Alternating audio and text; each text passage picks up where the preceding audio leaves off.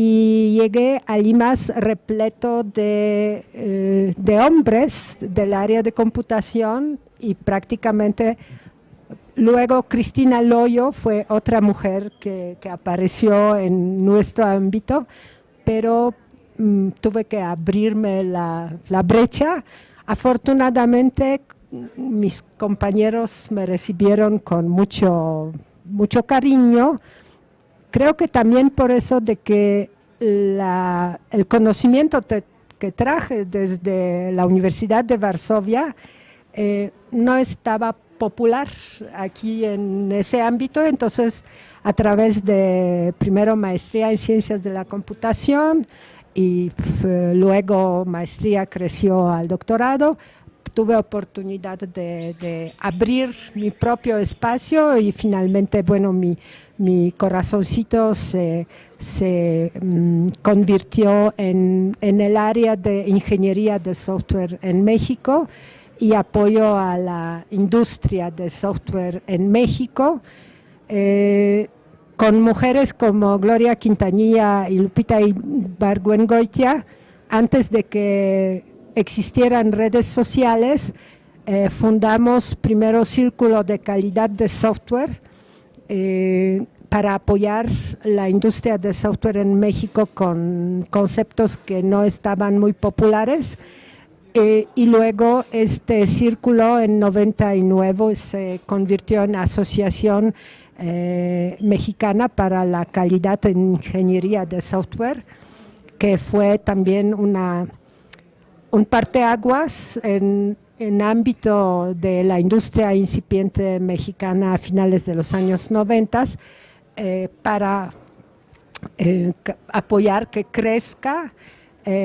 Y fuimos las mujeres que fundamos y abrimos esa brecha, y eso nos llevó luego al proyecto de Microsoft en el año 2002 con la Secretaría de Economía, que también fue un proyecto hecho por 11 personas, de las cuales 8 fuimos mujeres, y a mí me tocó ser directora de este proyecto.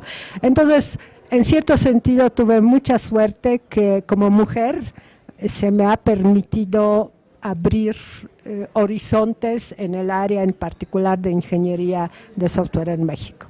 Bueno, cierro mi boquita porque si no, voy a acaparar. No, ahorita vamos a seguir aquí todo el mundo, pero yo lo que quisiera preguntar sobre lo que tú estabas diciendo es, ¿tú sientes entonces un avance en la participación de las mujeres en el mundo del cómputo, en el que te ha tocado ver?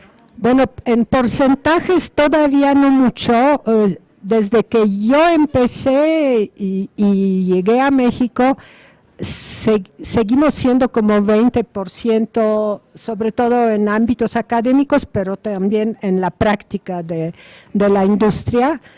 Pero lo que he observado en los últimos 5, 10 años, precisamente es crecimiento enorme de comunidades de mujeres en el área de tecnología que se apoyan mutuamente, y justo este sábado y domingo voy a participar en una cumbre de comunidades de mujeres bajo el auspicio de una comunidad que se llama Tecnolatinas, que van a llegar de América Latina varias personas, mujeres a la Ciudad de México para participar físicamente por fin en una cumbre. Entonces sí hay un movimiento, las propias mujeres empiezan a apoyarse para que abran más espacio en esa área. Muy interesante. Rebeca, y desde el punto de vista que tú manejas, que es las ciencias sociales, ¿cómo se percibe la participación de las mujeres y sobre todo en esta perspectiva de la integración y de una búsqueda de equidad? Porque a lo mejor no es fácil buscar una equidad, menos ahora después de la pandemia, buscar una equidad en de la participación de las mujeres si las mujeres no les damos esta oportunidad de digitalizarse, por decirlo con una palabra, ¿no? ¿Tú cómo lo percibes desde las ciencias sociales? A ver, yo creo que habría varias cosas. Bueno, la primera es el acceso a lo digital, ¿no? El acceso a lo digital, pues en este país ha crecido bastante, pero yo creo que todavía nos falta mucho. Y ahí no conozco exactamente los datos, pero creo que sí hay, digamos, ya avances importantes, a lo mejor con algunas mujeres. Y esto, digamos, un poco pensando en voz alta, en algunos de los proyectos en los que he participado, digamos, analizando proyectos, sí hay un acercamiento cada vez mayor digamos, a muchas de estas herramientas digitales. Y les pongo un ejemplo que que me parece muy bonito. Participé en un proyecto hace ya muchos años. Evaluamos un proyecto que hubo en la presidencia de Fox. La Fundación Gates donó no sé cuántos miles de computadoras, y la idea era llevarlas a las bibliotecas públicas de todo el país. Nosotros hicimos la evaluación y digamos, fue muy importante porque, bueno, no solamente era el aspecto digital, sino, bueno, uno de los grandes problemas de las bibliotecas es que no había agua, no había electricidad, etcétera. Pero ahí lo que hicimos, además de hacer esta evaluación, digamos, en términos de los fierros que contenían, etcétera, fue muy interesante porque después les propusimos hacer un trabajo de seguimiento en algunas comunidades.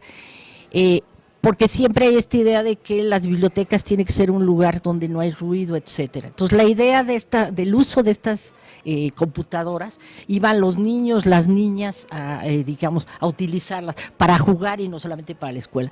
Pero un grupo que sí apareció, que nos pareció bien interesante, en lugares, digamos, recónditos del país, es mujeres mayores, como yo más o menos, o un poquito menos, que iban a las computadoras, iban a utilizar las computadoras, bueno, además de aprenderlas, a tratar de utilizarlas para, no sé, asuntos de costura, asuntos de religión. Incluso nos tocó, había un grupo de mujeres que, por ejemplo, iban a la biblioteca cada semana para ver, digamos, algunas misas, el Papa. Entonces, todo este tipo de cosas me parece que, digamos, hay efectivamente esta falta de equidad, pero yo creo que ahí hay varios problemas. Bueno, por un lado está el asunto de las escuelas, el otro asunto son las familias, es decir, hay que empezar a socializar dentro de las familias, que no solamente son los niños, sino que las niñas tienen una gran cantidad de capacidades. Entonces,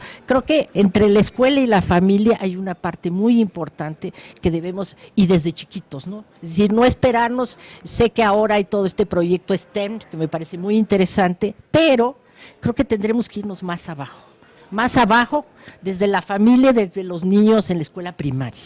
Y las niñas sobre todo, ¿no? Porque siempre hay toda esta idea, bueno, las niñas ha cambiado, pero todavía no mucho. Es decir, en las casas se decide, las niñas se tienen que dedicar a esto, los niños. Entonces, ese tipo de cosas me parece que es donde hay que. Entonces, este ejemplo de las bibliotecas nos pareció bien interesante, porque sí, efectivamente, independientemente del género, las mujeres estaban ahí presentes. Entonces, son ejemplos que habría que tomar en consideración, de cómo, si en una comunidad le empiezan a ver utilidad, o las gentes que ahora fue muy claro digamos, ahora con la pandemia, muchos de estos pequeños negocios se acercaron digamos, a las redes, y muchos de ellos ahora venden, digamos, en línea. Sí. Y muchas de ellas, los pequeños negocios, la mayoría son mujeres. Entonces, ese tipo de cosas me parece que son claves para entender cómo avanzar en estos asuntos de falta de equidad. Sí, pues muchas gracias, Rebeca. Y luego, bueno, si por aquí hay algún profesores, sí me gustaría luego si intervienen también y nos dicen cómo desde el aula estas cosas se perpetúan o se rompen, ¿no? Se anima o no la participación de las mujeres en ciertas disciplinas y se inhibe en otras.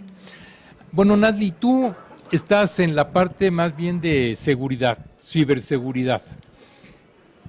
Tengo la impresión, sin ser yo experto en el tema, de que las mujeres pueden ser más susceptibles de cierto tipo de ataques, ¿no?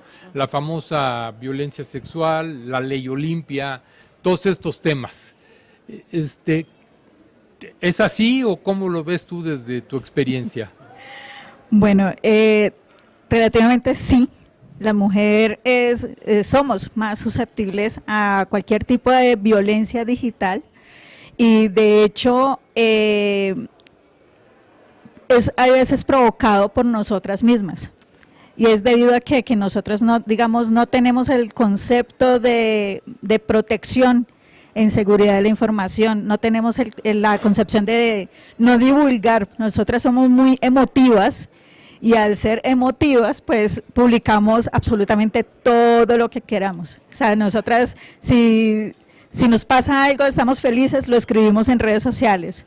Si no lo publicamos fotografías. O sea, por lo mismo, se presta para que nosotras seamos blanco de ataques de este tipo.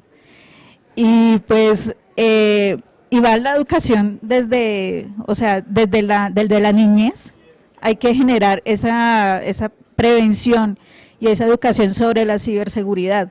Y ya que es un tema que ya no es como tabú de hace años, sino que ya lo vemos en todos lados, ¿no? Desde la escuela, lo vemos desde las universidades y también en nuestro ámbito laboral, que es uno de los puntos también que estamos fallando en el ámbito laboral también. ¿Por qué? Porque tampoco cuidamos qué es lo que decimos, qué es lo que publicamos y hasta dónde puede llegar nuestra libertad de expresarnos en las redes sociales y que no nos afecte en el ámbito laboral, ¿no?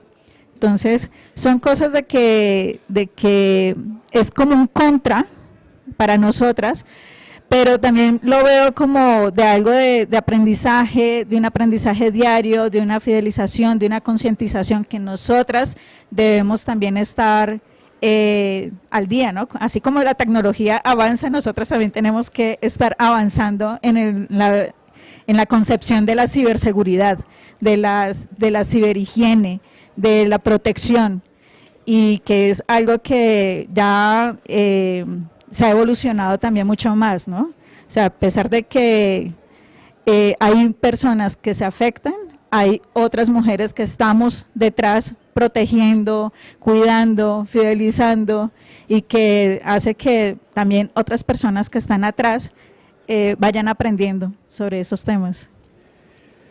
Todo un tema, ¿no? Decía Rebeca ahorita, por ejemplo, y me quedo con esa idea de la pandemia ayudó a crear microempresas. Muchas de estas microempresas tienen a la cabeza a una mujer y esa mujer se apoya en la tecnología para hacer entregas, para recibir pedidos, para promoverse. Y eso está bien. Y luego, por otra parte, están las redes sociales con algunas, no sé, contradicciones, porque si no me anuncio nadie me conoce, pero si me anuncio me pongo en riesgo. Entonces, ¿cómo balanceo que me conozcas, pero que no abuses de mí, ¿no? Sin contar, bueno, estaba pensando también mientras hablabas, la gente que se dedica a poner su OnlyFans, ¿no? Que es una manera de ser una microempresa. Y para mí, válida. O sea, pues es lo que vendes, tienes este producto, son fotografías, eres artística, las vendes. Ahora, eso no le da derecho a nadie, ni a faltarte al respeto, ni a agredirte, ni a nada más, ¿no? Entonces, ¿cómo buscar este balance para poder tener una presencia digital por una parte y por la otra ser respetado y poder avanzar en la inclusión? ¿Alguna idea?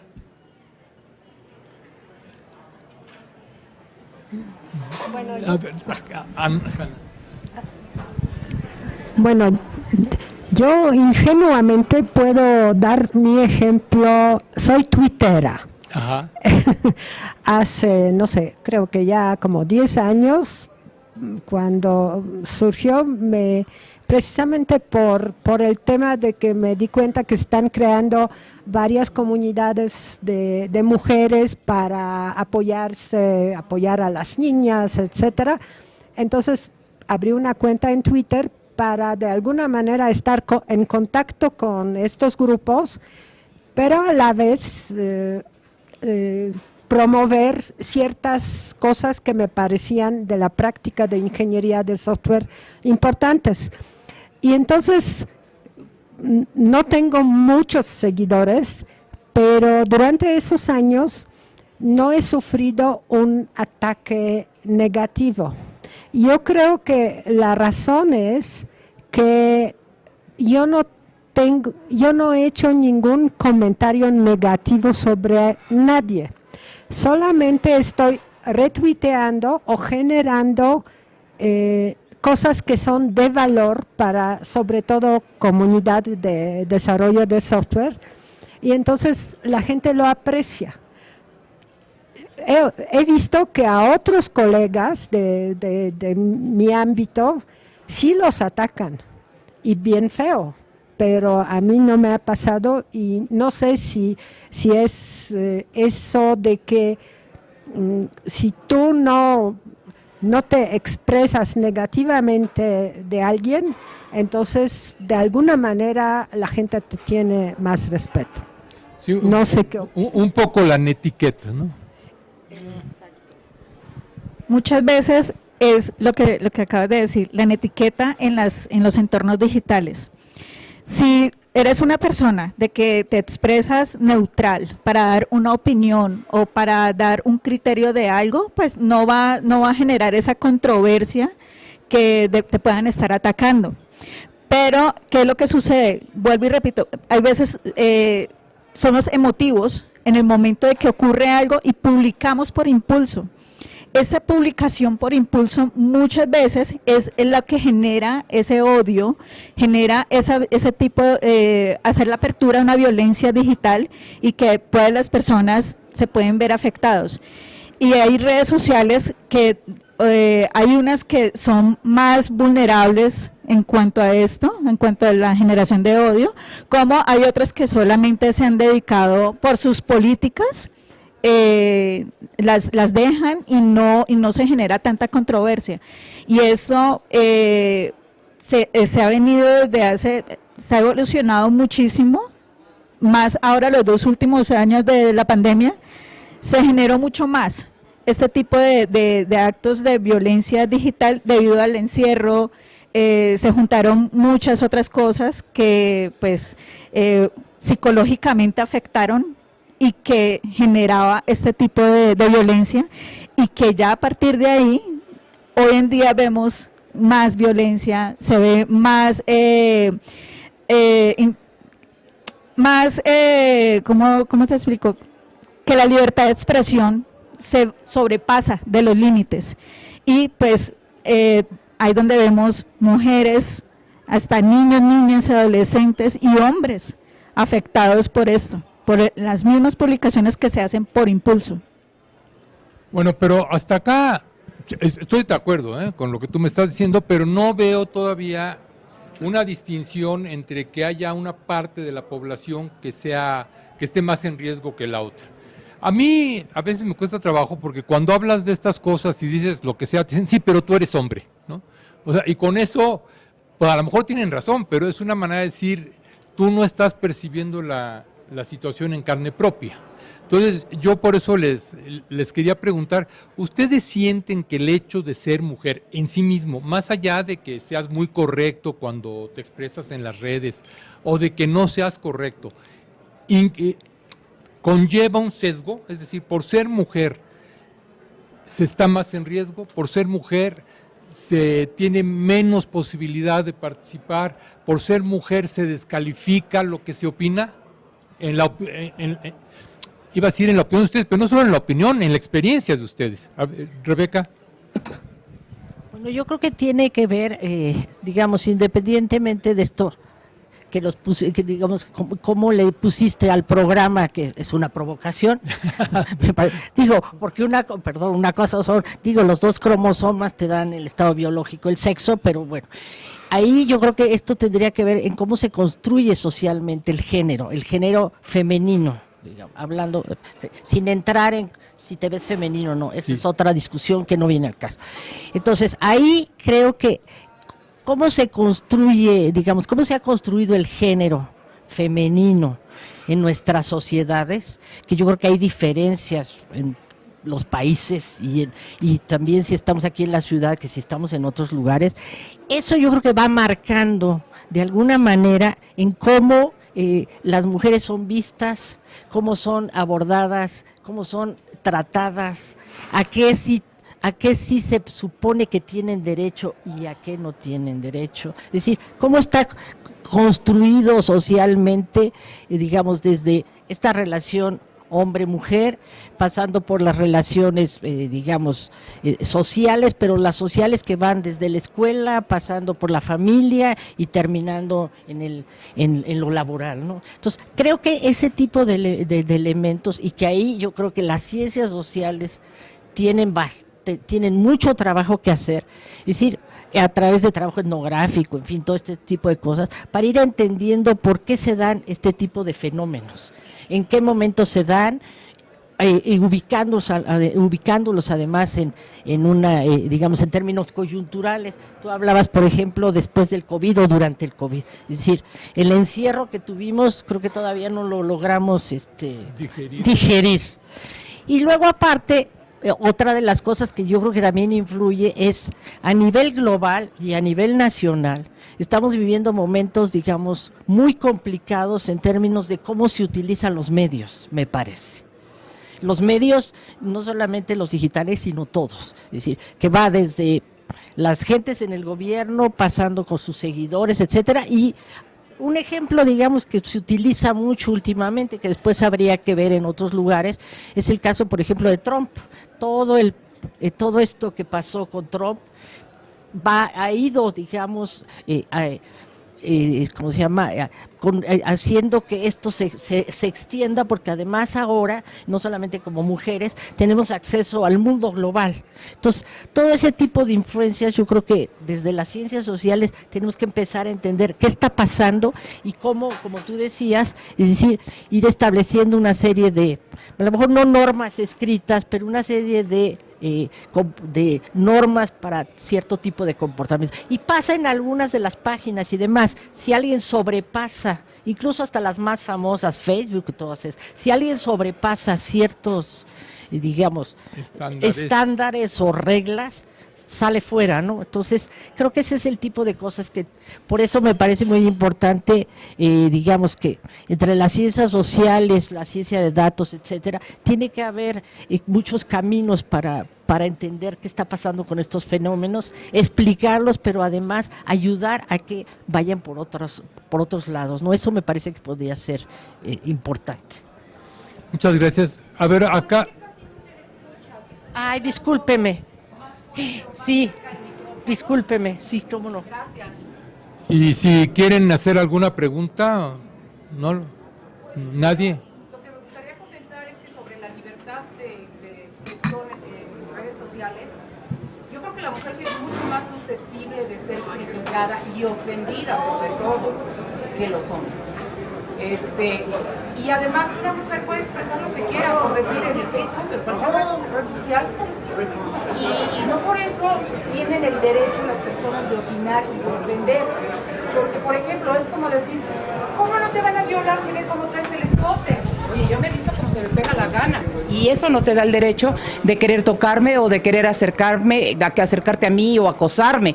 Entonces, así como exigimos que me he visto como se me pega la gana y no tienes por qué acercarte a querer tocarme, pues igual lo que yo escriba no te da derecho a que me insultes. Y además una mujer es más susceptible porque a un hombre le dirán, bueno, con otras palabras, eres un tarado, un tonto.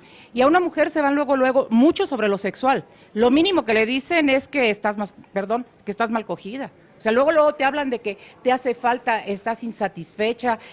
¿Por qué esa ofensa, no? ¿Por qué no una disertación? Eso es lo que pienso. Lo que no tengo, claro, es la solución de qué es lo que están disertando, ¿no? Pero eso es lo que pienso. No, bueno, ahorita iremos a la parte de las propuestas, a ver, a ver qué se nos ocurre, ¿no? Ahorita estamos, pues, creo que todos más o menos de acuerdo en que sí, incluso en el ámbito de lo digital, hay una disparidad hombre-mujer, pero que además se mantiene, porque cancela posibilidades de acceso a cosas, ¿no? Nos decía, por ejemplo, Hanna hace un momento, bueno, éramos el 20% de las personas que participábamos éramos mujeres, es decir, si no me equivoco haciendo cuentas, el 80% era hombres. Entonces, sí hay una dificultad para acceder a ciertos trabajos, a ciertas actividades, y si ahora además requieres una calificación en herramientas digitales, pues se te van cancelando. Y creo que la idea, y lo que decía hoy la ONU justamente, es hagamos algo para que haya esa inclusión digital. ¿Están listas para entrar a las propuestas? A ver, Nazli, te veo muy risueña con las propuestas. Bueno, en el caso, por lo menos en el caso mío, cuando ingresé al mundo de la ciberseguridad, yo era la única. La única mujer, y estamos hablando de ya hace 20 años. ¿Ahora hoy en cuántas día, son? Sigue siendo una, ok. Pero lo que dices, hoy en día sí se está viendo más, digamos, más inclusión en la mujer en las carreras STEM. Ahora sí se está viendo que en el campo mío de la ciberseguridad, bueno, ya no somos 20, sino que ya somos 300 mujeres en Latinoamérica. Y eso va creciendo, pero ¿es debido a qué? Es porque nosotras mismas estamos generando esa fidelización, esas campañas de que la mujer también está dentro de estas carreras, que la mujer también puede estar y ocupar un mismo rol de un hombre en la parte, pues, de la ciberseguridad.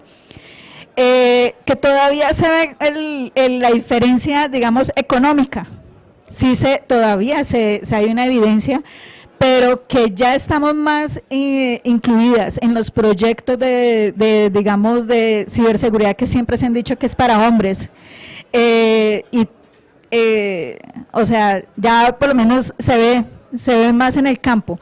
¿Qué se propone, por ejemplo, en el ámbito mío, qué se propone? Es seguir creando más conciencia en estas carreras STEM, pero no generarlas desde la universidad o desde la preparatoria, sino desde la escuela. Decirles, ya no es la medicina, la fisioterapia, o sea, carreras de enfermerías, sino que también la mujer puede estar en una ciencia de datos, en una ingeniería computacional, y que ya pues la ciberseguridad no es una maestría, sino que ya también es un pregrado, entonces una licenciatura. Entonces es incluirlas y que son capaces, o sea, todas somos capaces de tener el mismo rol, que seguimos en la lucha en nivelaciones económicas, pero ya es seguir mostrándonos y mostrar de que tenemos esos roles, ¿no? Que podemos desempeñarnos y que lo podemos hacer igual o mejor que los hombres. Mayor o igual. Rebeca. Yo creo que tocaste, creo que se oye mejor. Ay, perdón. Tocaste creo que varios puntos. Bueno, una primera que yo había mencionado hace rato y que me parece que estamos todos de acuerdo es, digamos, cuál es el rol de la mujer en la familia, en la escuela, etcétera. Eso tiene que empezar a cambiar. Es decir, porque las mujeres no son solamente las que cuidan y tienen habilidades para estar, no sé. Y eso depende del papá, pero también de la mamá. Pero por supuesto, no. Yo hablo de la familia y hablo de la familia, el papá, la mamá y en los alrededores. Y las tías. Y las tías y demás. No, estuve leyendo unas entrevistas que está haciendo una colega mía sobre algunos científicos, y las científicas, las que han llegado a ser científicas, una de las cosas importantes era cuál era el ámbito familiar, más allá también de la familia. Es decir, había un tío que se acercaba, o había un maestro también que en algún momento, bueno, por ahí alguien alguien le preguntó, bueno, ¿les gusta? A ver, alguien decía, ¿ustedes quieren ser ingenieros? No. ¿Les gustan las matemáticas? Sí. Bueno, entonces les voy a explicar que las matemáticas pueden ser para la ingeniería, pero pueden ser también para otra gran variedad. Entonces, eso es un asunto que me parece muy importante. Otro decías, es un asunto, las mujeres estamos luchando, yo creo que nos falta la corresponsabilidad. Y eso lo vemos mucho, digamos, en las marchas y todo esto que se hace, todos estos movimientos donde también de parte de las feministas no se ha encontrado un lugar para los hombres y que tienen que tenerlo, porque eso es lo que nos va a servir finalmente para que empiece a haber, digamos, estos cambios. En la calle codo a codo, ¿no? Exactamente. Entonces, porque ahora, por ejemplo, en la marcha de hoy no se aceptan hombres. Bueno, eso me parece, yo no estoy de acuerdo. Esa es una cosa. Y una tercera cosa también tiene que ver con lo que se ha dicho aquí, es en términos de, uno lo ve incluso en las estadísticas y demás, se sigue pensando que las mujeres se tienen que dedicar a las cosas de cuidados, que tienen que estar... Entonces, hay que abrir este abanico de que las mujeres... física y los cromosomas y la situación biológica es diferente, pero en todos los demás somos iguales y a veces mejores. Entonces, ese creo que es un asunto importante. Totalmente de acuerdo, Rebeca. Hanna. Bueno, Y acuérdense que pueden intervenir cuando quieran, levantan la mano y participan. me estuve riendo porque les estaba presumiendo que en los últimos años se están creando tantas comunidades de las mujeres en tecnología que van a tener su reunión física, la cumbre de comunidades el fin de semana próximo, pero también se están uniendo bajo el término tecnolatinas, pero hay otro grupo que se llama Tribu, que también es de latinoamericanos de tecnología, donde se agrupan muchas comunidades de los hombres. Y estos hombres, curiosamente, decidieron organizar también una reunión en la Ciudad de México presencial, a finales de este mes, es decir, una semana después de las mujeres. Pero las mujeres se reúnen en el Centro de Arte Digital bajo la Estela de Luz, que es un centro dirigido principalmente por mujeres, o fue dirigido por lo menos que yo sepa por mujeres, que prestan espacio para la comunidad de mujeres.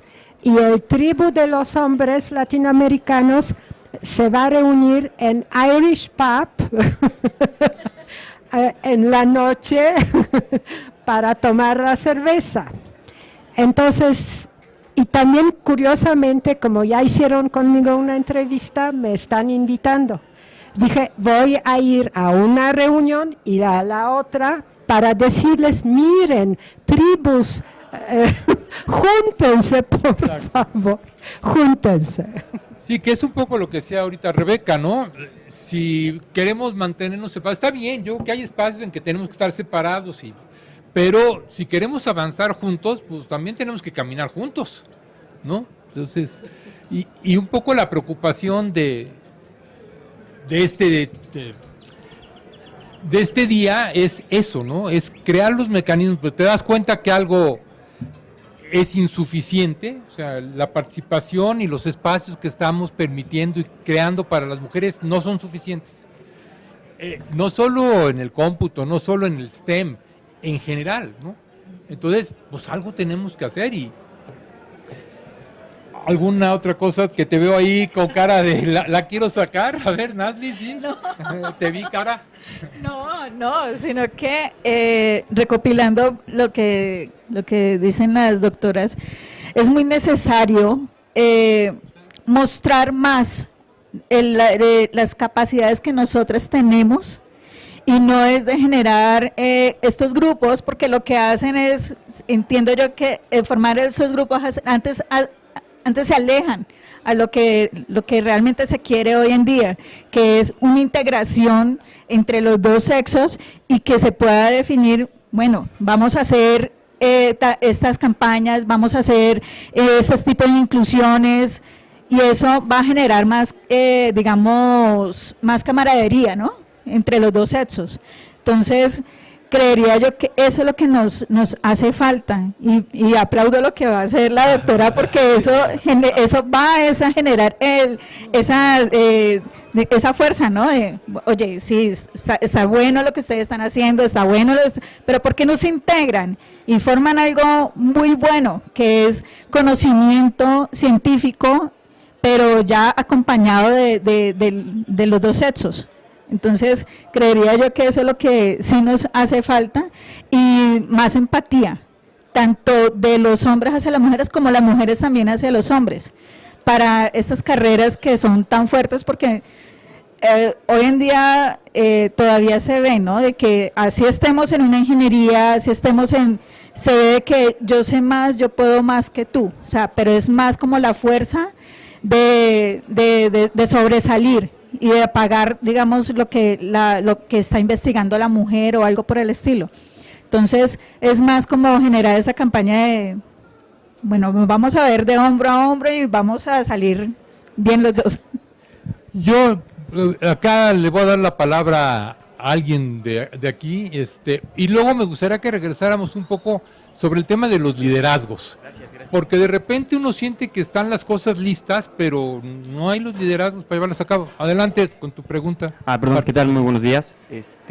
Bueno, no es una pregunta, más bien quizás es como, pues, querer profundizar un poco en el tema de que ustedes comentaban que a lo mejor el espacio el día de hoy para lo que es la marcha, pues no hay como una idea en que podamos estar, pues, tanto hombres como mujeres en ese mismo espacio.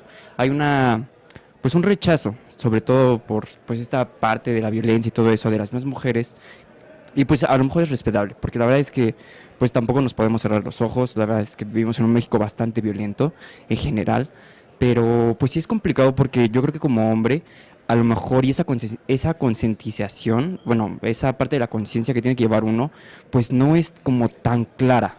Eso es a lo que quiero llegar. No es clara, no es como que uno pueda decir, bueno, ¿cómo es que yo puedo llevar a lo mejor una manera de ver las cosas de una manera, o desde una perspectiva pues respetuosa, pero de cierta manera pues también apoyar, sin a lo mejor pues caer a lo mejor en dilemas o en pues cosas que pues a lo mejor no puede pues aportar nada, porque son circunstancias muy complicadas que a lo mejor uno no ha vivido. No sé si estoy yéndome muy a la deriva o muy para allá, pero pues sí es como que qué perspectiva deberíamos tomar, o sea, cuál es pues el carácter que debemos tomar nosotros como para pues sí dar ese grado de empatía, sin tampoco pues a lo mejor y no respetar ese espacio que están queriendo dar como las mujeres, ¿me entienden?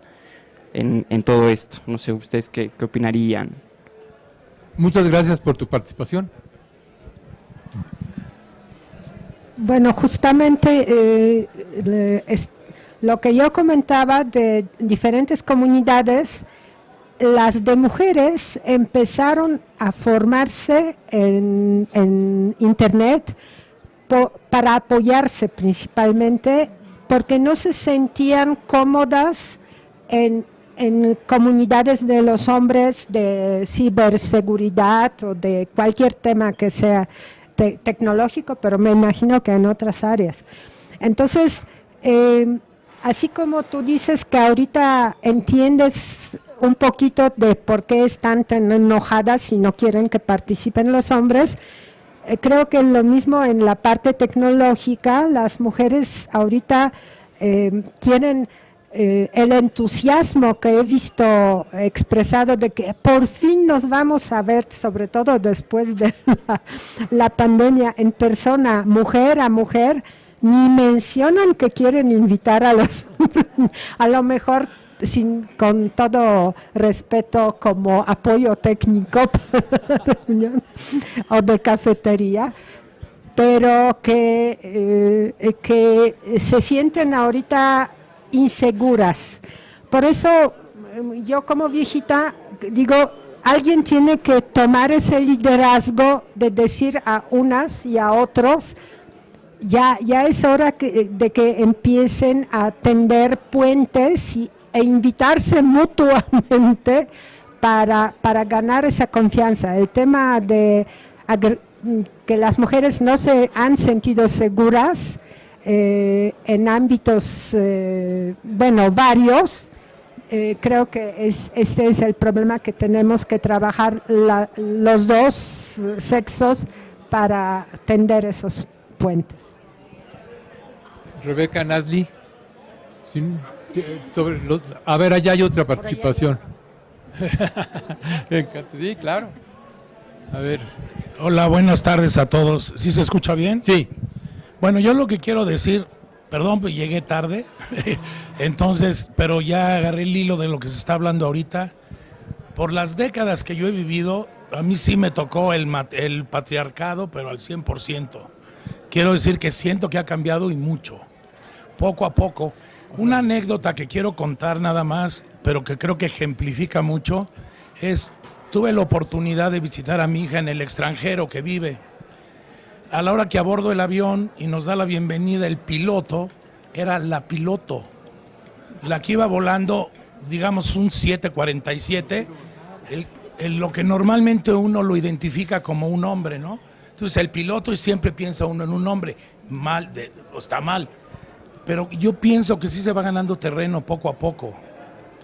Otro ámbito que, o sea, donde veo yo que antes no existía tanto la inclusión de la mujer, en el ámbito de la fotografía profesional. No había fotógrafas, ahora hay fotógrafas dedicadas a especialidades de bebés, de familias, y no se diga en la medicina. También tuve la oportunidad de ser de una operación de vesícula donde la que me operó fue una doctora. Siento que se va ganando poco a poco terreno, porque el matriarcado, cada vez de que había el matriarcado en las familias y eso, o el patriarcado, es una discriminación de alguno de los dos sexos. Pienso que se va ganando eso. No sé qué opinan ustedes. Gracias. No, gracias a ti. Entonces, Rebeca, puedes comentar también sobre las intervenciones últimas de aquí nuestros invitados. A ver, primero sobre el asunto de por qué por qué los hombres fueron excluidos de la marcha. Creo que ahí hay varias cosas. Efectivamente, lo que estamos pasando las mujeres, digo, afortunadamente yo no, ni muchos otros, es sí efectivamente toda una ola de violencia, de terror, ¿no? Y bueno, tiene que ver, hay mil causas, ¿no? Pero en este caso sí me parece que, digamos, y esto va a llevar tiempo para que vuelva a haber esta posibilidad, digamos, sobre todo en este país, no sé en otros lados, pero en este país. Pero ahí yo sí, digamos, hablaría de un poco de lo que se ha hablado aquí, es efectivamente las familias están cambiando, pero nos falta todavía toda esa parte de toda una serie de valores que tienen que ver con confianza, solidaridad, incluso no se pueden llamar cargos, pero las ocupaciones de cada quien en la familia, todo eso tiene que empezar a cambiar para que haya, digamos, esta posibilidad de que las mujeres no sean solamente las que lavan, sino que haya, digamos, llegar a lo que más se puede en términos de igualdad y equidad, ¿no? Entonces, eso me parece que es importante. Y esto también se tiene que reproducir fuera de las familias, en la escuela, porque ese es otro de los grandes problemas. Entonces, cuando tú decías el asunto de los... Perdón, tengo que tomar tanta agua. El asunto de los liderazgos, tal vez a lo mejor no está reconocido, pero creo que cada vez hay más mujeres que han tomado, digamos, esto. Tiene que ver a lo mejor con su situación social y familiar, pero también puede ser que tenga que ver con, digamos, cómo han sido empujadas dentro de la familia, dentro de la escuela, es decir, por qué hay estas posibilidades.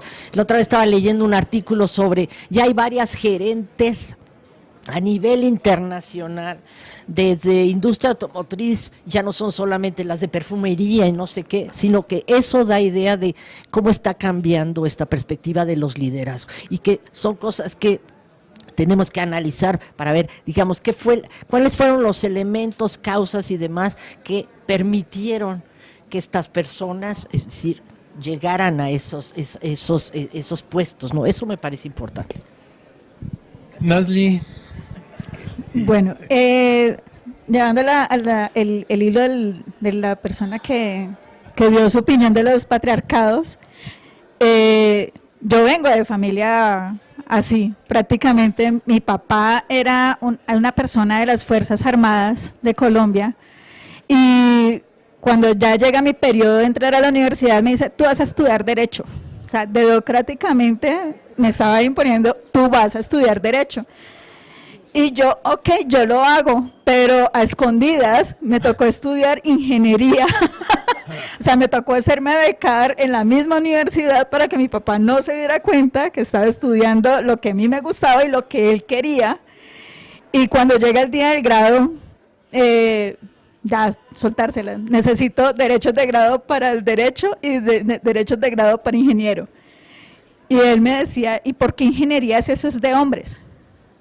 Y claro, yo viví en un ambiente de fuerza aérea donde todos son hombres en esa época, casi no había tampoco mujeres pilotos ni había mujeres de la fuerza aérea, y ya hay como yo, no, es ya el criterio, ¿no? O sea, es que yo quiero estudiar, y de repeso yo le dije, ya me reclutó una empresa, y me voy. Y pues nunca ejercí el derecho, pero por lo menos quedó con la satisfacción de que él estudiara la carrera que él quiso. No, pues felicidades, Nadly, felicidades. Y hay que reconocer que en eso sí superan a cualquier hombre para salirse con la suya, ¿eh? Oigan, nos quedan unos poquitos minutos, vamos a cerrar la plática. Yo quisiera darles la palabra una vez más a ustedes, pero que pensáramos sobre dos temas. Uno, sobre la ciencia como actividad para una mujer y la ciencia como vía de liberación de la mujer, vía de inclusión. Y cuando hablo de la ciencia, voy a ser más amplio, le damos chance a la tecnología, ¿no? No, bueno, las ciencias sociales, por supuesto, no, las ciencias sociales, ya, esas no se duda, ya. No, ya están incluidas. No, me refiero que a veces a las tecnologías las dejamos de lado, ¿no? Cuando hablamos de la ciencia. Entonces vamos a hablar de la ciencia y de la tecnología también como un mecanismo de inclusión y de la ciencia y la tecnología como un área de trabajo. Entonces, Rebeca, para no tener el mismo orden, para que haya un poco de desorden. Bueno, cuando hablas de la ciencia, yo creo que, digamos, hay toda esta parte jerárquica, etcétera, etcétera, pero yo creo que para muchas mujeres, por lo menos las que conozco que están en los laboratorios, incluso las de ciencias sociales, las antropólogas que salen a trabajo de campo, son espacios, digamos, maravillosos. Son espacios donde uno puede expresar muchas cosas, entender, etcétera. Eso me parece importante. En el caso que mencionabas de estos espacios de cómo dedicarse a la ciencia y la tecnología, yo lo que he encontrado es, sobre todo para la parte más tecnológica, más que de parte de los científicos, tenemos todo este problema de hasta dónde puedes transferir o no, pero en el caso mexicano, y que prácticamente es muy desconocido, el papel que juegan, por ejemplo, los tecnológicos o los CEBETIS o CONALEPS, que se han acercado a muchas empresas y donde son mujeres las que estudian, digamos, la otra vez ahora en la pandemia vi una serie de actos que hicieron en uno de los Conevales y hay matriceras más las que llevan no sé qué, etcétera.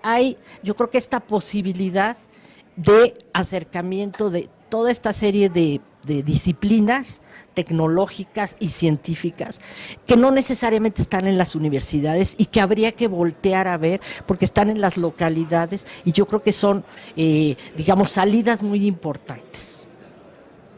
Totalmente de acuerdo. Y hasta dicen que, bueno, no dicen, son mucho más dedicadas que los hombres, ¿no? Los hombres somos más dispersos, andamos pensando no sé en qué otra cosa. Es que, ¿sabes cuál es el problema? Que los hombres andamos pensando en las mujeres. Bueno, yo como anécdota, pero que me encanta, es hablar de mi compatriota Marie Skłodowska-Curie, Claro.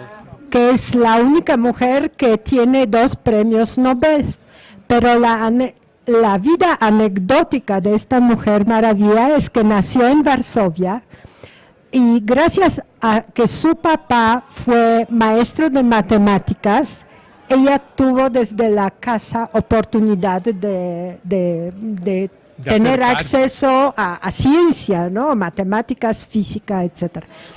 Pero cuando llegó a la edad de estudiar,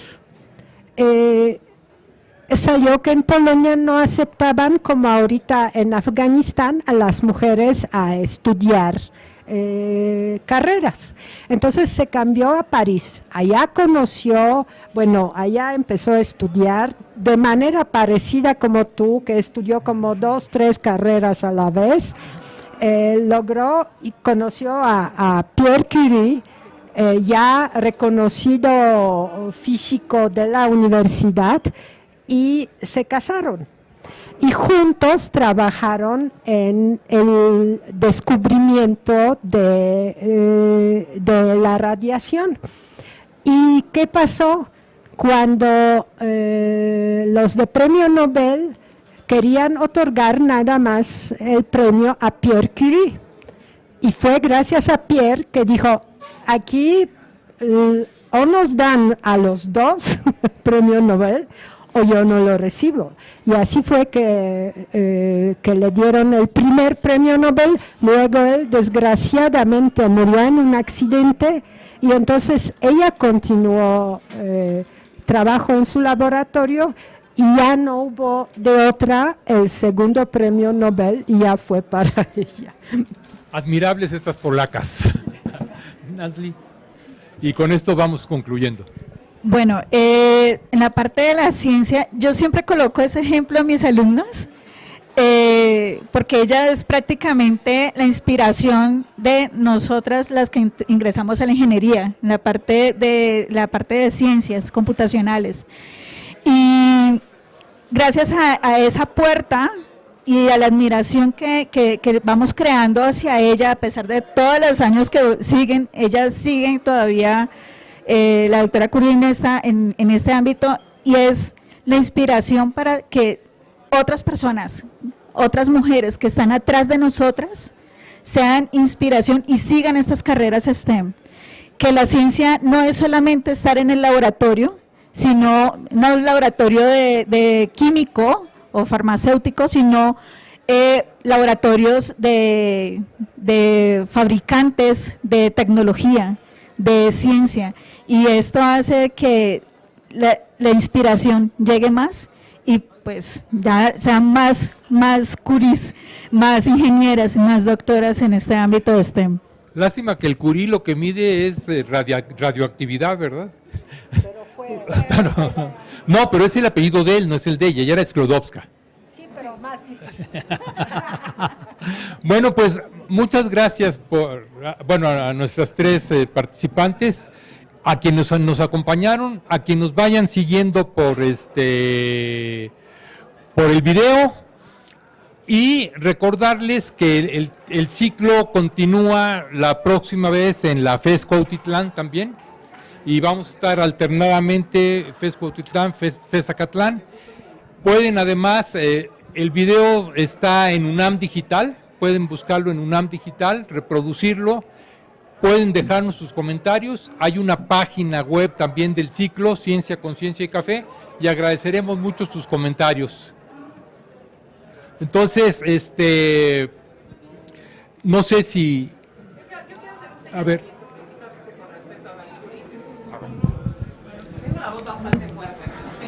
Pero se está transmitiendo. Ah, tienes razón, perdón. El único comentario como caso chistoso es que Marie Curie siempre se recuerda el 8 de marzo, siempre, pero lo que dijiste, casualmente el apellido es del marido, no es el suyo.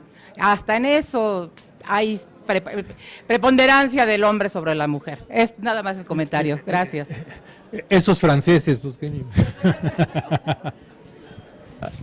Muchas gracias. Yo soy octava por apellido de mi esposo. Y Sí, desde hace 48 años. Hanna octava, pero ahora va a ser Hanna primera. Bueno, pues muchas gracias y por favor continúen siguiendo las conferencias de Ciencia, Conciencia y Café.